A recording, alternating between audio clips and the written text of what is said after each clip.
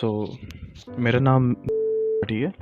मैं यूपी का रहने वाला हूँ और मेरे साथ भी जो डीपीडीआर की इशू सबके साथ हो रही है, बहुत लोग हैं उनके साथ जो प्रॉब्लम हुई थी मेरे साथ सेम हो चुकी है। थोड़ा अपना इंट्रोडक्शन दे देता हूँ। और मेरा ये बनाने का रीज़न ये था कि कई लोग जो डीपीडीआर से अभी स्ट्रगल कर रहे हैं, कई लोग जो रिकवर भी हो गए हैं या इन फ्यूचर कुछ लोगों को होगा, तो उस टाइम पे जब डीपीडीआर होता है मुझे पता है बहुत एंजाइटी होती है कि यार सही होगा नहीं होगा। तो इससे निकलने के बाद जब आप बता सको तो बहुत अच्छा लगता है किसी को सुन के कि जब आप उस डीपीडीआर के सिचुएशन में हो, बहुत अच्छा फील होता है कि हाँ मैं भी कर सकता हूँ, इट विल हैपन। तो मैं अपना इंट्रोडक्शन दे दूँ। मैं थर्ड ईयर में हूँ अपने ग्रेजुएट के, और ऐसा नहीं था कि मैंने कभी अल्कोहल या स्मोकिंग ये सब चीज़ें ट्राई नहीं की थी। 12th तक मैंने कभी कुछ नहीं किया था, लेकिन फर्स्ट ईयर में आने के बाद मैंने स्मोकिंग की थी, मैंने अल्कोहल भी ट्राई किया था और मैंने खूब जॉइंट फूकना, सिगरेट, सब कुछ मैंने किया था। और ये कभी प्रॉब्लम वाला मेरे लिए था ही नहीं, क्योंकि मैं ठीक अमाउंट का अल्कोहल, सिगरेट और ये सब पी लेता था, लेकिन ऐसा डेली कंजप्शन नहीं होता था। महीने में या 2 महीने में हम लोग सोचते थे कि 1 महीने बाद करेंगे सब साथ में। डीपीडीआर का इशू मेरे साथ 2 बार हुआ था, तब मुझे पता चला कि ऐसी कोई चीज़ होती है। तो पहली बार जब डीपीडीआर मुझे रियलाइज़ हुआ था वो था कि मैंने जॉइंट फूकी थी, और जॉइंट मतलब मैरिजुआना लेने के तुरंत बाद फिर मुझे अजीब लगने लगा था। मैं अपने हॉस्टल के रूम में था, लेकिन वो 1 दिन बाद ख़त्म हो गया था, तो मुझे पता नहीं चला था। जो अभी मेरे साथ हुआ, जो सबसे लेटेस्ट था, अब इनफैक्ट वो उसको टाइम हो रहा है कि इस बार होली के टाइम पे मैं अपने घर पे था, और घर पे रहने के बाद हम सब दोस्त बाहर निकले हुए थे घूमने के लिए, और मैंने भांग पी ली थी। और मैंने, क्योंकि वो बहुत ही हैवी डोज की भांग थी, तो मैंने करीब 4-5 ग्लास पी ली थी, क्योंकि मैंने भांग पहले ट्राई की हुई थी, ये सब चीज़ें की हुई थी, तो मुझे कभी डर नहीं था कि हो जाएगा। लेकिन वो जो जैसे जो भैया भाई बताते हैं कि होता क्या है कि आप जब किसी भी पैनिक अटैक में आते हो इसको लेने उन सब के बाद, तो बॉडी आपके थॉट से आपको दूर कर देती है। तो भांग लेने के बाद 5-6 ग्लास मैंने पी ली थी, जो कि बहुत ज़्यादा अमाउंट था, लेकिन उतना डर नहीं लगा था मुझे। फिर मैं घर आया था वापस, तो मुझे एक अपने अंदर एक ये डर था कि ऐसा ना हो कि मेरे मम्मी को पता चल जाए कि मैंने भांग पी है, या मैं सही से रिएक्ट ना करूं। शायद इस वजह से मेरी एंजाइटी बढ़ गई, जो आज तक कभी 3 साल में रहने पे कभी मेरे साथ नहीं हुआ था। तो शायद मेरे हिसाब से इसीलिए मुझे एंजाइटी अटैक हुआ, और भांग पीने के बाद मेरे साथ डीपीटीआर स्टार्ट हो गया। उस दिन मैं आया, फिर नहाया धोया, सो गया। सोने के बाद फिर अगले दिन जब मैं उठा तो फिर मुझे डीपीटीआर आने लगा। तो एक बार मेरे साथ हो चुका था जॉइंट फूकने के बाद, तो मुझे लगा अभी 1 दिन में चला जाएगा, कोई इतनी बड़ी प्रॉब्लम नहीं होगी। बट वो रह गया, और वो रह गया इस बार कम से कम 12 से 14 दिन। और जब मैंने ये देखा तो मेरे लिए काफ़ी शॉकिंग था स्टार्टिंग में कि ऐसा क्यों हो रहा है, क्योंकि आज तक मेरे साथ कभी भी ऐसा नहीं हुआ था। तो मैं काफ़ी वो था कि कैसे हो गया, क्या चीज़ है कि वो कैसे हो जाएगा। तब मैंने पहली बार इस पे डिटेल देखने लगा इंटरनेट पे कि डीपर्सनलाइजेशन और डीरियलाइजेशन होता क्या है। तब देखने के बाद मुझे कई फॉरेन वीडियोस आ रहे थे जिसमें वो कह रहे थे 5 साल लगेंगे, 7 साल लग गया मुझे सही होने में, 6 महीने लगे। मैं बहुत घबरा गया कि मेरा करियर ख़त्म, क्योंकि मैं एग्ज़ाम की प्रिपरेशन भी कर रहा हूँ कुछ।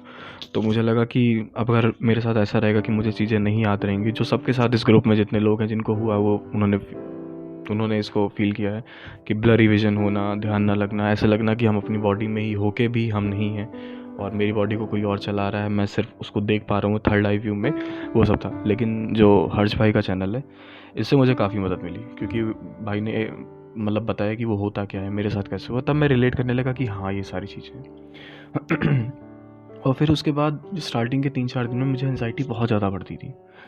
एक्चुअली मैं बताना चाहूँगा कि मुझे सिर्फ और सिर्फ 10 दिन लगे थे एकदम फुल्ली रिकवर होने में, से ज़्यादा नहीं। क्योंकि मैंने स्टार्टिंग के 3-4 दिन में मेरी हालत बहुत ख़राब थी, क्योंकि मैं किसी भी चीज़ को सोच के, अपने फ्यूचर को सोच के बहुत परेशान होने लगा था। बहुत ज़्यादा टेंशन होने लगी थी मुझे कि मैं कैसे ठीक होऊंगा, क्या होगा, मेरी लाइफ ऐसी ही रह जाएगी। बट धीमे धीमे जब मैंने वीडियोस देखे भाई के, और भी 2-3 लोगों के मैंने वीडियोस देखे, तब मुझे रियलाइज़ हुआ कि अगर मैं जितना इस पर ध्यान दूंगा, जितना मैं इस पर लगा रहूँगा और अपने आप को बिजी नहीं करूँगा, मैं ठीक नहीं हो सकता। मैं बता दूँ, मैं ना मैंने मेडिटेशन ट्राई किया, ना मैंने कुछ और किया। मैंने स्टार्ट किया सिर्फ सुबह दौड़ना।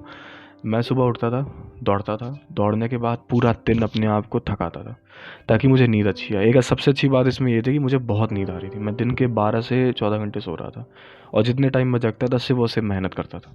मतलब मैं दौड़ूँगा या फिर अपने आप को बिज़ी रखता था, कंप्यूटर यूज़ करना, ठीक है, फिर फ़ोन चला लेना या फिर कुछ बुक्स पढ़ लेना, कुछ भी ऐसा काम करना कि मैं उसमें ना रियलाइज़ हूँ। मैं अपने दोस्तों से 1-1 घंटे बात करने लगा, ठीक है, कि मैं टाइम को अपनी यूटिलाइज़ करूँ इस तरीके से कि मैं ना करूँ। मैं बिना मतलब के काम करने लगा, मैं जैसे कोई चीज़ ज़रूरी नहीं है लेकिन उनको भी करूँ ताकि मैं बस बैठा ना रहूँ।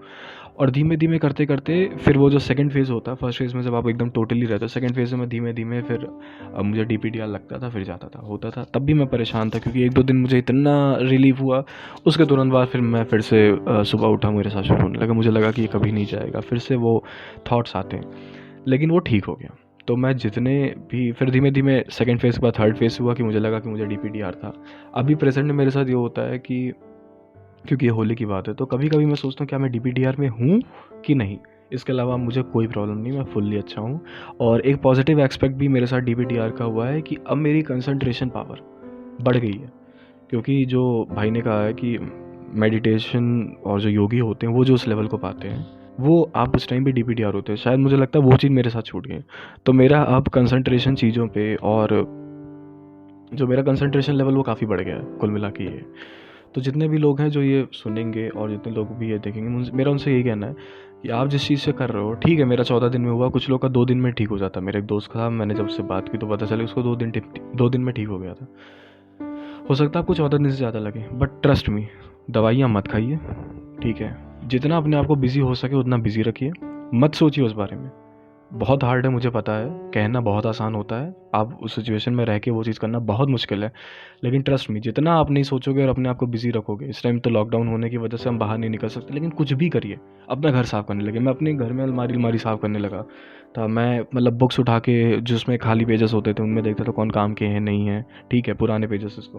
मैं अपना कंप्यूटर में जितने भी फाइल फ़ोल्डर इधर-उधर थे वो करता था, मोबाइल सेट करता था कि सारी चीज़ें सिंक्रनाइज़ हो जाएँ, सब कुछ ठीक तरीके से रहे, ताकि मतलब टाइम को यूटिलाइज़ करिए बस, उसको मत सोचिए। और प्लीज़ 2-3 वीडियोज़ आपने इनफ वीडियोज़ देख चुकी होंगी डीपीटीआर में ये क्या होता है, ट्रस्ट मी, देखना बंद करिए। अच्छी डाइट लीजिए, खाना अच्छा खाना तो आपकी बॉडी के लिए भी अच्छा होगा, मत सोचिए और ठीक हो जाएँगे। और जितने लोग का मैंने पढ़ा है, विद ऑल ड्यू रिस्पेक्ट, कि मुझे 6 साल से मेरे साथ है, 5 साल से होगा, बिल्कुल हो सकता है, बट मेरे साथ ये एक्सपीरियंस नहीं था, तो मैं उनको नहीं बता सकता आप क्या करें, बट इतना कह सकता हूँ कि अब टाइम है कि आप मेडिकेशन छोड़िए और सिर्फ़ और सिर्फ अपनी बॉडी पे ध्यान दीजिए, अपने आप को खुद पे ध्यान दीजिए कि मैं सही कैसे करूँगा, मुझे बिज़ी रखना है। मेरा एक ही मुझे पूरी चीज़ में समझ में आया कि रूटीन बनाइए, कुछ ऐसा करिए कि आपकी हार्ट बीट बढ़े, ताकि आपको बॉडी नॉर्मल फ़ील हो। और जैसे आप नॉर्मल जब लाइफ जीते थे, ठीक है, तो नॉर्मल लाइफ में आप क्या करते थे? आप डेली थोड़ी सोचते थे कि आपका ब्रेन कैसे काम कर रहा है, मेरा ब्रेन क्यों नहीं काम कर पा रहा है, मुझे क्यों, मैं डिटैच हो रहा हूँ, या वो भी आपके साथ तब भी होती थी, लेकिन इसके होने के बाद आप दिन भर यही सोच रहे हैं, आप कोई और काम नहीं कर रहे। जब आप काम करेंगे तो धीमे धीमे वो चीज़ से आप डिटैच होंगे ना, तो आप अपनी डेली लाइफ में तभी आ सकते हैं। लेकिन आप यही सोचेंगे, इन्हीं सब के बारे में पढ़ते रहेंगे, तो बॉडी को सबकॉन्शियसली आप प्रिपेयर करते हैं। जस्ट लाइक हुसैन बोल्ट क्या करता है? हुसैन बोल्ट एक रनर है, तो वो रनिंग करता है, रनिंग वीडियोस देखता है, रनिंग टेक्निक्स देखता है, तो अपनी बॉडी को मेंटली भी प्रिपेयर करता है कि मुझे रनिंग करनी है, मुझे दौड़ना है। उसको जो सपने हैं वो भी रनिंग के आते होंगे, ठीक है। तो उसी तरीके से अगर आप डीपीटीआर के बारे में सिर्फ सोचेंगे, उसके बारे में सिर्फ पढ़ेंगे, ये करेंगे, तो आप मेंटली डीपीटीआर के लिए अपने आप को और प्रिपेयर कर रहे हैं, आप रेस्क्यू नहीं कर रहे हैं उससे। क्योंकि एक ऐसी चीज़ है कि जिसमें आपको लगना नहीं है, अपने आप को उससे हटाना है, दिमाग को कहीं और लगाना है, ताकि ब्रेन को जो वो पैनिक अटैक से उसने डिफेंस मैकेनिज्म शुरू किया है वो कम हो जाए, वो अपने बॉडी में फिर से नॉर्मल तरीके से ब्रेन जो है वो काम करने लगे और आपको फुल कंट्रोल वापस दे दें। तो आपको उसके लिए ट्रस्ट मी, अपने आप को बिजी रखिए, और कोई इसका सोल्यूशन नहीं है, कोई दवाई नहीं है, कुछ नहीं है, नथिंग इज़ देयर। और मेडिकेशन और इन सब चीज़ों को लेके अपनी बॉडी को सिर्फ यूज टू कर रहे हैं मेडिकेशन के। मैंने मेडिटेशन 2-3 दिन ट्राई की, बट मैं नॉर्मली मेडिटेशन कर लेता था, लेकिन डीपीटीआर में मैं नहीं कर पाता था, क्योंकि मुझे मन नहीं करता था खाली बैठने का, इन सब का खाली बैठता था तो मैं यही सब सोचता था। तो इसीलिए आप अपने दोस्तों से बात करिए जिन पर आपको ट्रस्ट है, उनसे 1-1 घंटा बात कर लीजिए, आप 2 घंटे बात कर लो, आप कोई वीडियो देख लो, अपने आप को बिज़ी रखिए बस। ये एक छोटा सा मैसेज है, ताकि जो लोग अभी से सफ़र कर रहे हैं और आने वाले टाइम में वो को मैं बताना चाहता था, क्योंकि मैं जब खुद इसमें था तो मैंने बहुत वीडियोज़ ये सब सर्च की थी 1-2 दिन, तब मुझे भाई के अलावा, हर्ष भाई के अलावा जो इस ग्रुप के एडमिन है, उसके अलावा किसी का भी वीडियो ऐसा नहीं लगा था जिसको मुझे लगा कि हाँ ये फैक्ट्स पे है या ये मेरे काम की चीज़ है। कई बार कोई चीज़ें बहुत फैक्ट्स की होती है लेकिन आपके काम की नहीं होती। तो उसके बाद मैंने ध्यान दिया, फिर मैंने हर्ष भाई की भी वीडियो नहीं देखे, मैंने एक बार पूरी लिस्ट ऐसी देख ली, ठीक है, फिर मैंने कुछ नहीं देखा, मैं सिर्फ अपने फोकस कर रहा हूँ। मैंने ग्रुप इसलिए ज्वाइन किया था, इनफैक्ट मैंने एक ग्रुप ज्वाइन किया था, मैंने इसको म्यूट कर दिया था स्टार्टिंग में, क्योंकि मुझे लग रहा था कि मैं जितना ग्रुप में इसमें देख रहा हूँ उतना ज़्यादा मैं अपने आप को फिर से याद दिला रहा हूँ TPTR। ठीक है, आपको अगर हालत ख़राब है, आपको चाहिए कि इमोशनल सेटअप चाहिए, ठीक है, आपको इमोशनल टच चाहिए और लोगों का जो इस चीज़ से सफ़र कर रहे हैं, ठीक है, तो आप इस ग्रुप में ज़्यादा मेरे ख्याल से एक्टिव रहो। बट अगर आपको लग रहा है कि मेरी हालत नहीं हो रही है, तो आप ग्रुप को दिन में 1 बार देखो, 2 बार देखो, उस पर इतना मत लगो कि आप और चीज़ें ना करो, कि बस उसी पे करो। ठीक है, आई होप कि आप लोग समझ रहे होंगे मैं क्या कहना चाह रहा हूँ। ठीक है, ये मेरी छोटी सी स्टोरी है और मैं इसको शेयर करना चाहता था। मैंने हर्ष भाई से भी पूछा हुआ था, उन्होंने कहा था कि हाँ आप कर सकते हो, so that's why I am making this. Thank you to all who have listen this. और अगर किसी को कोई क्वेश्चन पूछना हो कि मेरे से रिलेटेड या कोई ऐसी चीज़ जो मैंने की हो, तो feel free to ask. Okay, thank you.